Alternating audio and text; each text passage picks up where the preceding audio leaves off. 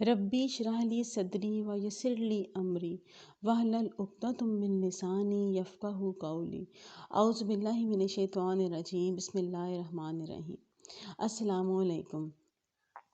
आज हम इंशाल्लाह सूरह बकरा का आगाज़ कर रहे हैं और सूरह बकरा जो है वो मदनी सूरत है। हमारे जो नबी सल्लल्लाहु अलैहि वसल्लम के दौर में जब कुरान नाजिल हो रहा था तो जो आयात थी कुछ मक्का में नाजिल हुई थी, कुछ मदीना में नाजिल हुई थी। लेकिन जो कुरान मजीद में सूरतों की तरतीब है वो अल्लाह ताला ने अपनी हिकमत के मुताबिक अपनी मर्ज़ी से फिर उसको तरतीब किया था, तरतीब दिलवाई थी हमारे नबी सल्लल्लाहु अलैहि वसल्लम के ज़रिए से।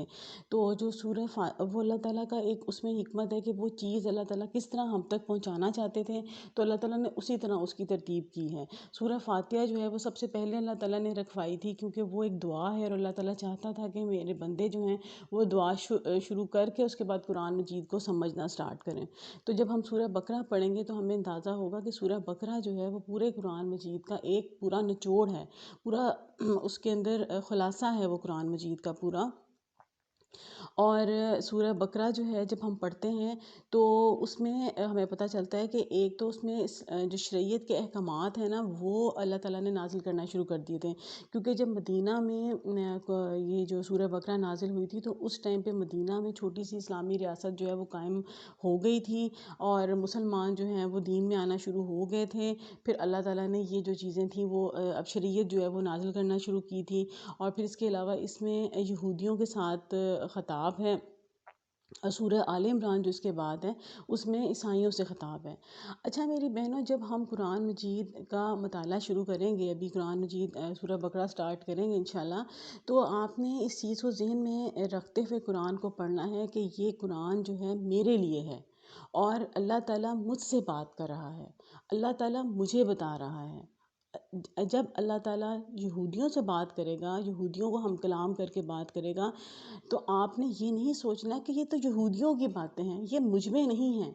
ये तो ईसाइयों की बातें हैं, ये मुझ में नहीं हैं। ये तो मुशरिकीन की बातें हैं, ये तो मुझ में नहीं है। नहीं, हमारे नबी सल्लल्लाहु अलैहि वसल्लम ने ये बात पहले ही कह दी थी कि मेरी उम्मत वही करेगी जो आज यहूदी कर रहे हैं।